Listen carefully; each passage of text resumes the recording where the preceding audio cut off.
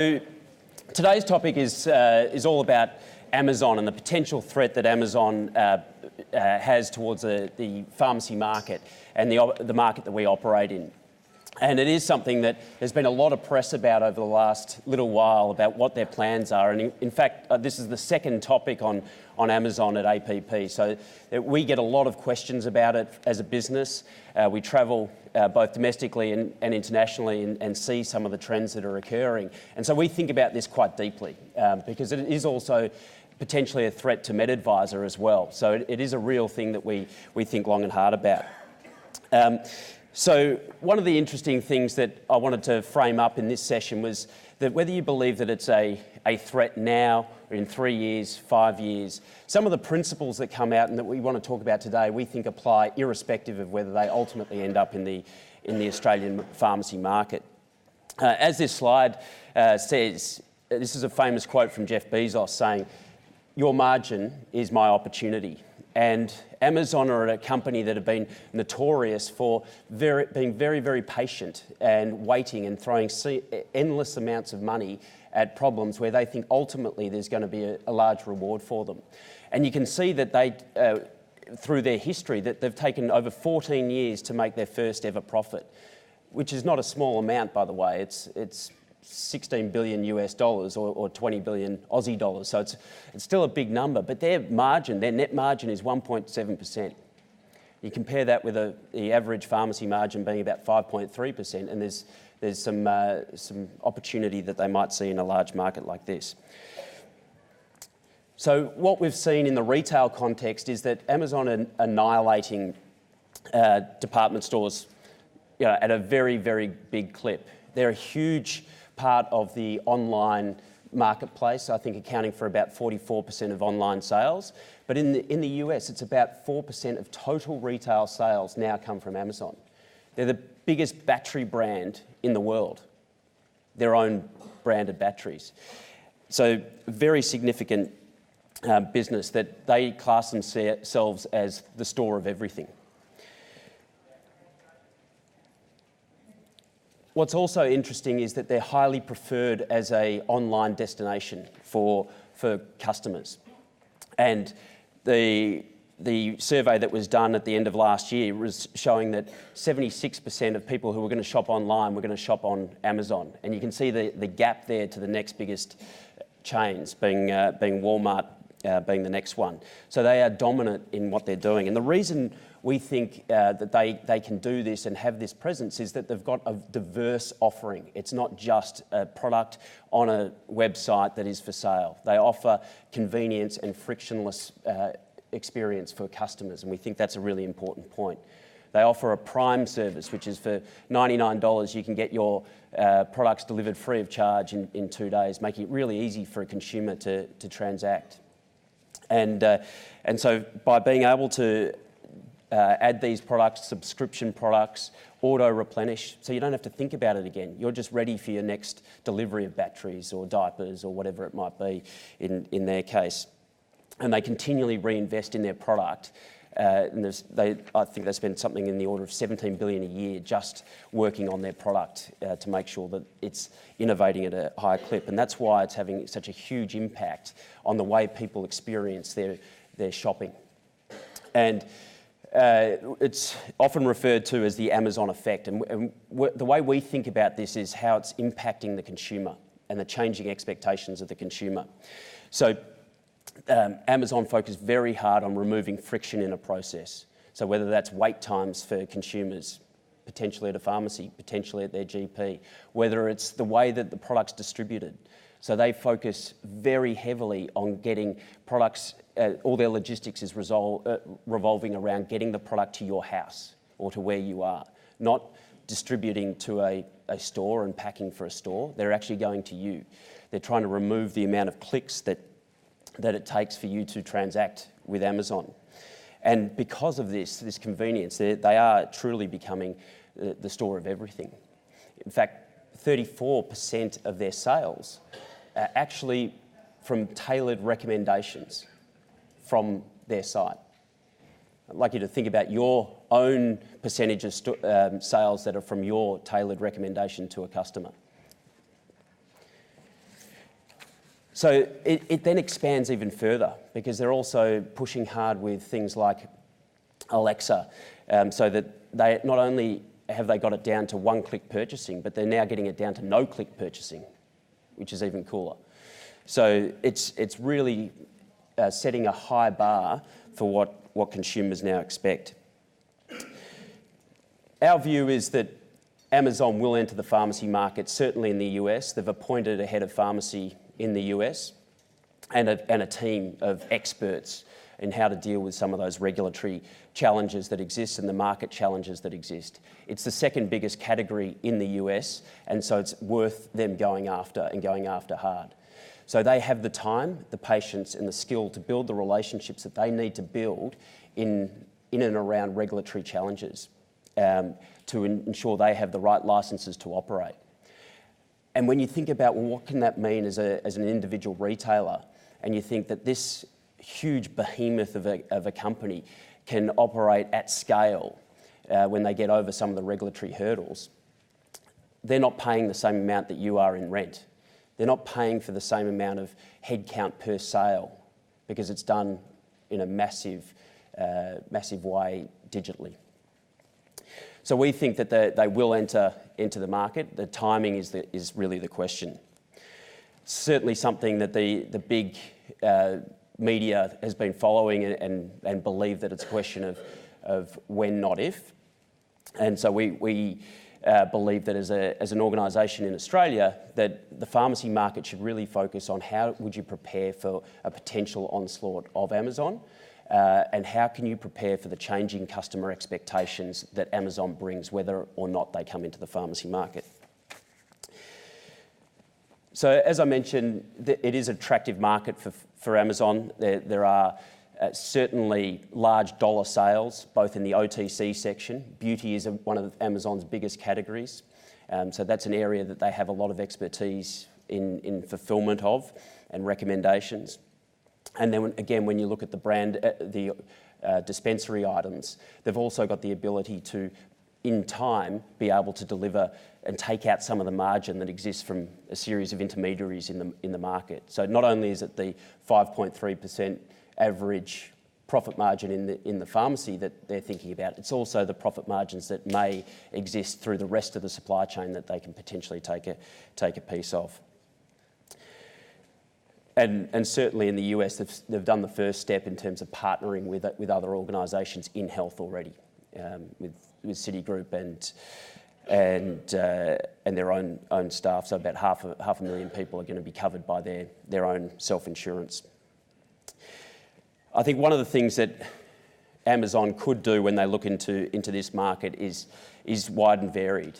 So they certainly could use that logistics power that they've got in the retail. They've got two now, as of this week, their second big distribution centre, and they will certainly have no fear in adding more if they feel that market's big enough for that. They could become a consolidated buyer and brand of generics in their own right. They could acquire a large pharmacy group, a Chemist Warehouse or another big brand, to have a physical presence as well, like they've done in the US with Whole Foods. Certainly, they've got the time and the dollars to take any of those options. So to say that they're not going to come into the market because of regulatory hurdles, I don't think will hold forever. And we've seen that in the taxi industry. Despite the regulatory challenges there, a firm like Uber can come up and disrupt that and really change the way that the market operates. So as an industry, the pharmacy group and pharmacy stores have faced challenge before, and they've faced it within the context of big box retailers, and that is still coming and still a challenge in some markets. And I think what we need to think about is how can we future-proof the business. Oliver Cunitz has been a very successful guy who's looked at how we can learn from retail, what's happened in the retail environment, and translate that back to healthcare when you're dealing with Amazon. And his key insights are really that you've got to meet on their terms. You've got to add a great online experience for your customers. And he points to Borders. Borders really invested very heavily in their store presence when Amazon first came into the book market, and that wasn't enough. And of course, they went out of business. He also says that you've got to take the best of breed products and services and technology that you can get your hands on to fight them. Don't try and build it yourself, because building it yourself, you'll end up with a product that doesn't do what it should be doing. So partner with firms that are really innovating and spending that time on that innovation. And that technology will give you the ability to leverage some of the scale. So technology can scale easily with you. So I think, as I said at the start, being prepared for Amazon can really help your business today. And it can help you fight against the competitive dynamics that you're facing. If you're doing a really good job with giving a great online and offline experience, you'll be able to get a larger share of the market that exists today, and your business will be better. So what are the 4 key points that we want to raise? Obviously, this feels obvious, but it's actually hard to deliver an outstanding online and offline experience. So we're not saying go solely into online or go solely into offline. We're saying do both and partner appropriately, because at the moment loyalty is not strong enough to support just that one dimension. And the Canstar Blue Report showed that only a bit over half of Australians are loyal to or shop only at one pharmacy chain. And that, when you dig a little bit deeper into that loyalty factor, what percentage of your customers would recommend your pharmacy to friends unprompted at a barbecue? Say, this XYZ pharmacy is the place to go because they give me all these great things and great experience. There is a degree of behavioural loyalty to pharmacy. Convenience is one part of that, and location. Interestingly, in the US, 60% of pharmacy customers would not recommend their pharmacy to anyone else to their friends or family. So we think really focusing on the loyalty side is going to be a critical component of being ready for Amazon. We see certainly that this combination of online and offline can work really well, and we've seen it in banking. And banking is a highly regulated industry. When they brought in mobile banking to automate some of the routine tasks in banking, customer satisfaction went up. People weren't waiting for tellers anymore.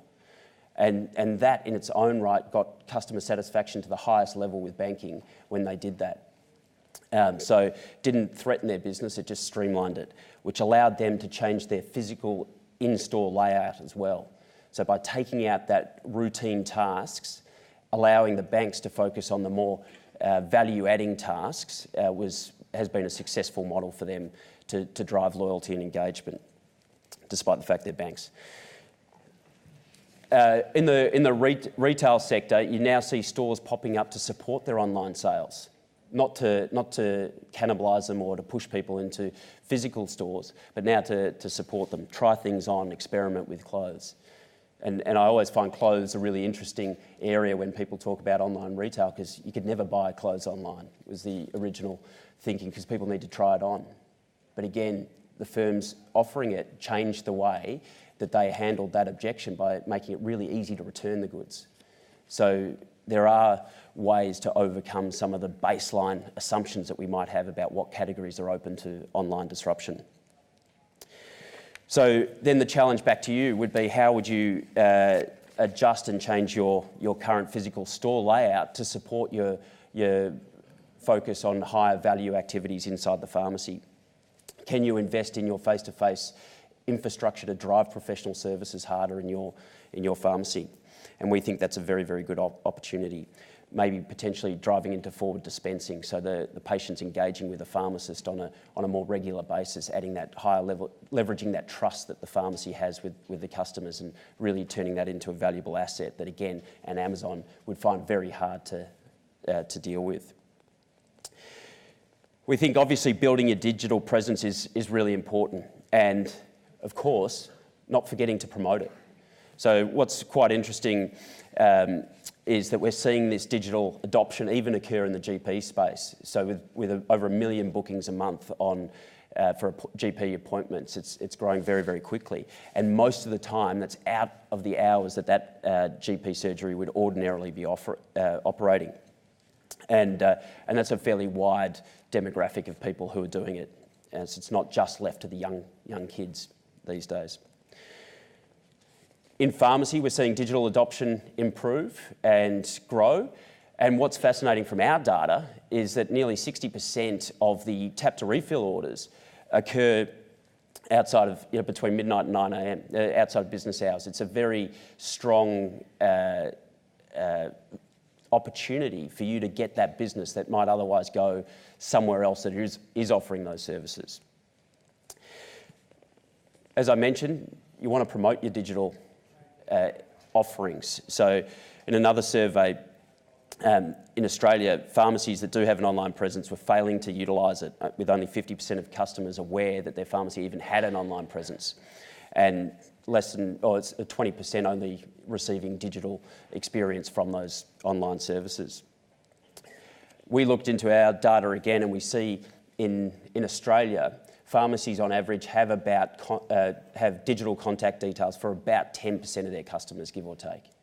So that means 90% of that pharmacy's customer base, they can't communicate with unless that patient's in store and or via letter. So you become reliant on the catalogues, you become reliant on the posters in store to promote your services. So we really feel strongly that as an industry, you need to make sure that you've got connectivity with your customer base, and you're trying to catch more of their digital contact details so that you can promote your services in an appropriate way to them. Irrespective of the Amazon threat, we think that by building this digital infrastructure now and making sure that you promote it heavily, that you can improve your business. And I think we've seen in the MedAdvisor environment with customers that the adherence and the loyalty steps up quite materially in most cases where stores have a reasonable degree of patients connected. Patients like that ability to order, connect, message and communicate with their pharmacist, and then have a more face-to-face valuable interaction when they get in there. We've got insights and dashboards that can help you implement your digital strategy. So they already exist. You don't have to set those up necessarily, but they exist within our Plus One platform that can allow you to say, well, I want to get 20% of my customers digitally contact details by the end of the year. And you can track performance, set the KPIs in store to make sure that you are connected, and then track, is their adherence improving? Is their loyalty improving? And to the extent that it is, then keep going on that. We think a very obvious friction point in the healthcare system is wait times. I mean, who's got frustrated waiting in a GP surgery for 45 minutes to get a normal script, and when you know it's going to be a quick appointment and yet you're sitting there for ages? It's not a good experience. Similarly in the pharmacy, waiting 10, 15, 20 minutes for product to be dispensed is also not a great experience for your customers. So how can you streamline that? So certainly having patients order online ahead of time allows you to workflow balance, allows you to make sure that you've got dispensing happening when it's quiet. So then you can, when it's busy, you can spend more time with your customers, more quality time. And the good news is that from a patient's perspective, they're actually even willing to pay more for convenience. It's not something they want to pay less for. They don't necessarily need the product to be sold any cheaper, but they do want to make sure that convenience is right up top. And we are seeing that in terms of baby boomers as well. About 30% of our connected users using the MedAdvisor system are over 60. So it's a big number, and people are prepared to do that of all ages. So as I mentioned, I think being able to get those scripts in advance allows you to get forward, spend more time with customers, and other opportunities to improve that workflow in the dispensary also exist.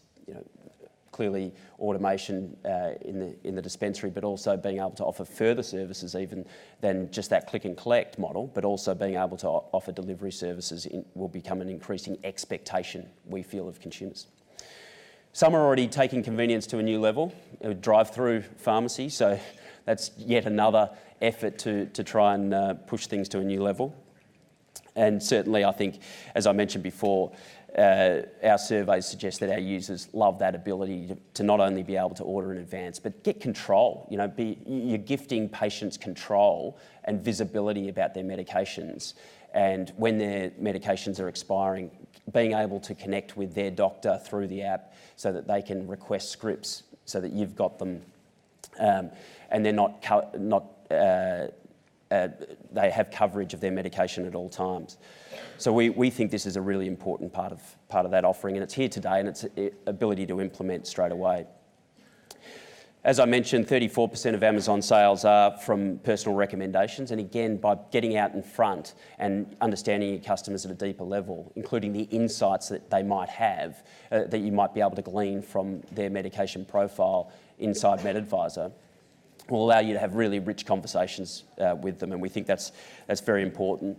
The professional services opportunity we know that when pharmacists conduct professional services with patients, that they actually become more loyal to your pharmacy as well. So certainly encourage that.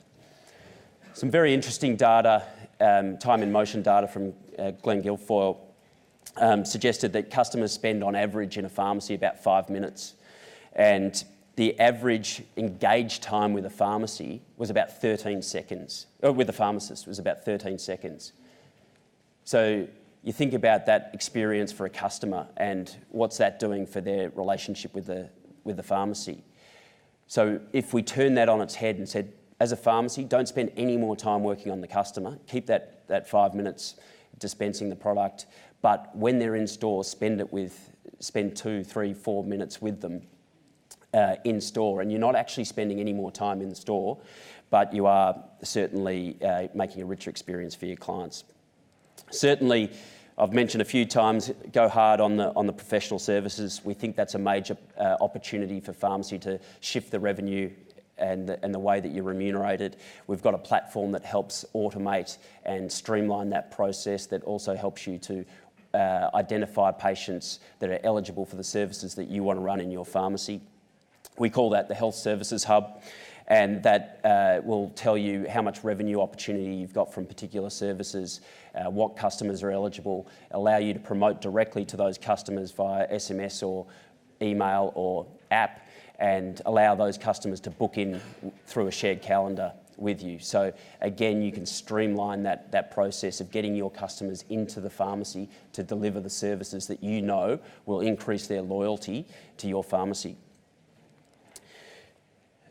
As I mentioned, also within the MedAdvisor app, there's an area where your services can be promoted. So off their own initiative, patients can book in with you for any of the services that you offer in your pharmacy.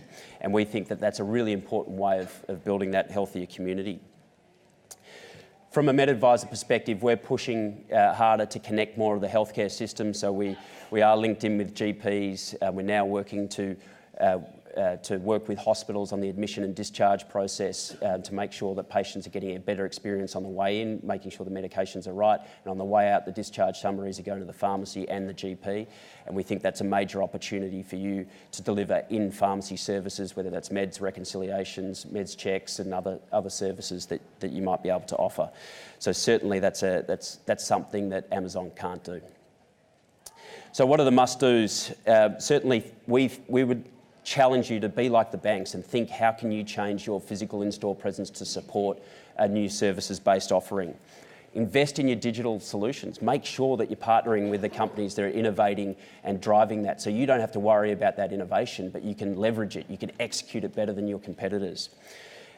Certainly provide more than medications. Leverage that face-to-face connectivity and do it in a smart way. Get the pharmacists out from the dispensary and up in front talking to your patients. That will make them more loyal and more sticky to your pharmacy and refer their friends. So you'll get greater share. And certainly that Health Services Hub can help drive automatically patients coming into your store for services. So